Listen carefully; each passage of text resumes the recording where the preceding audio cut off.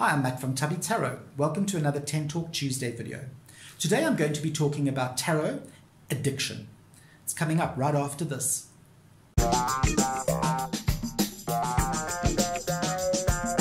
Hi and welcome back. Okay, tarot addiction. Is it a thing? I think it is. I've seen clients who appear to be addicted to tarot readings. These are clients who will rash you for readings over and over and over again, daily readings, weekly readings. They're the people who do not allow a reading to unfold. Okay. They are also people who would phone with a lot of yes and no questions, or they will contact you and say, I need to come in for a reading now. I'm going for a job interview in an hour's time. What do the cards say is going to happen? The next day they'll phone you and say, I went for the interview. What do the cards say is going to happen? Am I going to get the second interview? You kind of understand where I'm going with this. These people are addicted to the cards telling them how to live their life. A lot of tarot addicts believe that they cannot live their life without being told by the cards what to do. And this is a dependency issue. As with any addict, an alcoholic is dependent on the booze.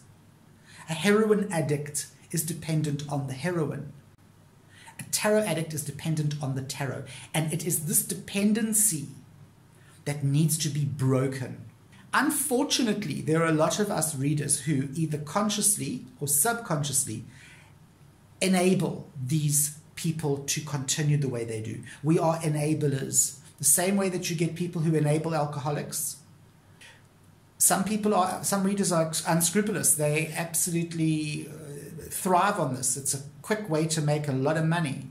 Yeah, of course I'll do a daily reading for you, of course. You know, I'll even come to your home and do the reading for you. All right? But it's going to cost you.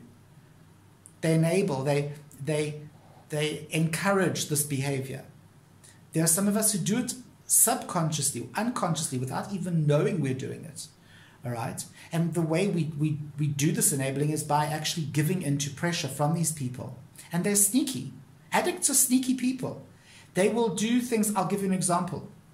A lady phoned me from America because she was going to a job interview and she wanted to know what was going to happen.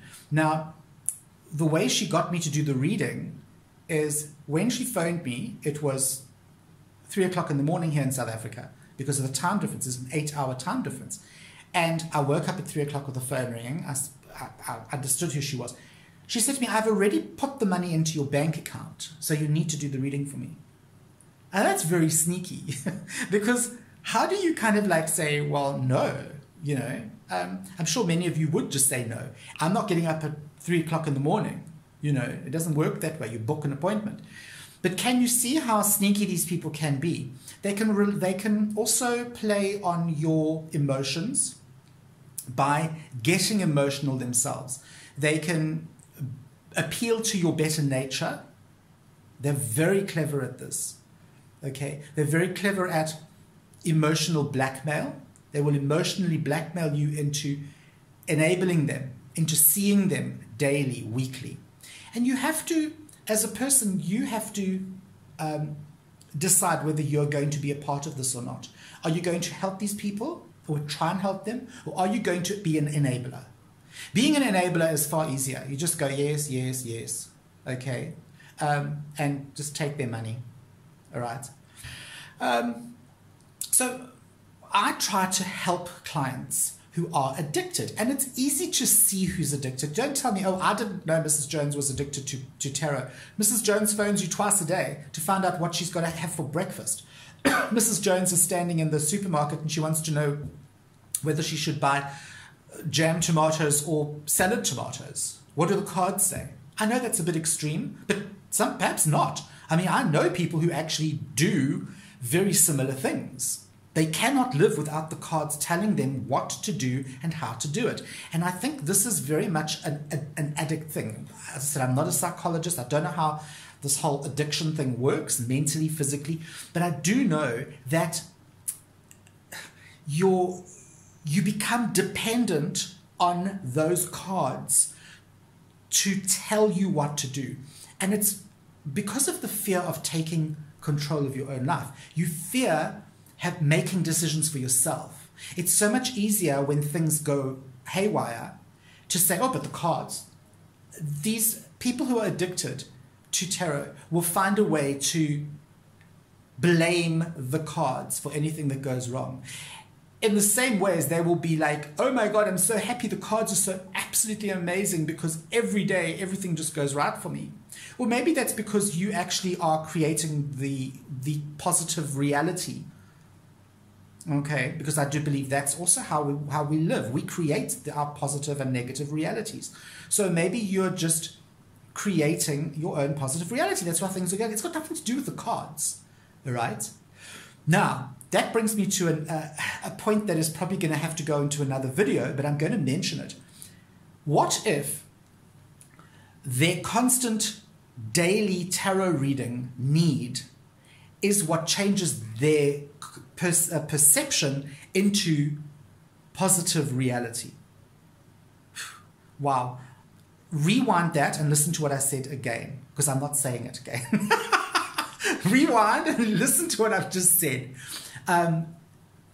It's kind of like, you know, what came first, the chicken or the egg? It's that kind of thing. All right, but I'm not going to go down that dark, slippery slope. If you are a psychologist or a psychiatrist, please leave comments below and tell me what you think of that one. I'd really be interested. Okay, so let's get down to the nitty-gritty. How can you help clients with this problem? Number one, you identify the fact that they have an addiction. It's easy. I've just told you their modus operandi, okay, what they're like. So you can easily spot one. Number two, you need to stop being an enabler. Look at yourself and say to yourself, am I enabling these people? So identify your own position within the situation.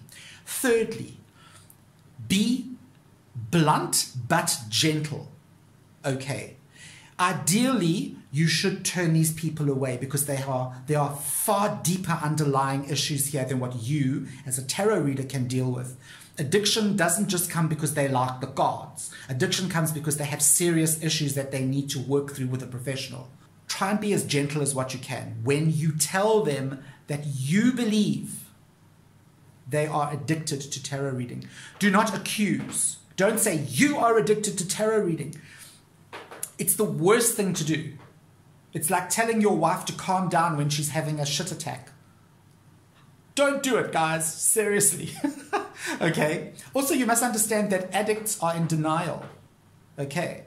So they will instantly knee-jerk into that whole, it's not me, it's the cards. Don't talk rubbish. Okay. So be gentle with them. Tell them that you have noticed they come to you all the time and that there could be an issue. These are just a few suggestions as to how you can go about spotting a tarot addict and how you can go about helping them. You have to be honest with them and be open with them. And then formulate a plan of your own that you can use in a situation like this. So have a plan ready. Okay. Whatever your plan might be, leave it up to you. Come up with a soft solution to the issue. Okay. But be aware that there is a thing such as tarot addiction. People get addicted to all kinds of things. Tarot is one of them. Okay, I hope you've enjoyed this. I hope it's been like a bit of an eye-opener.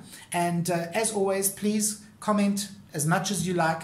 As I said, if you are a psychiatrist or a psychologist or somebody in the know here, I'd love to hear your thoughts. I really would. And yeah, I'm Matt from Tubby Tarot, and I will see you on the flip side.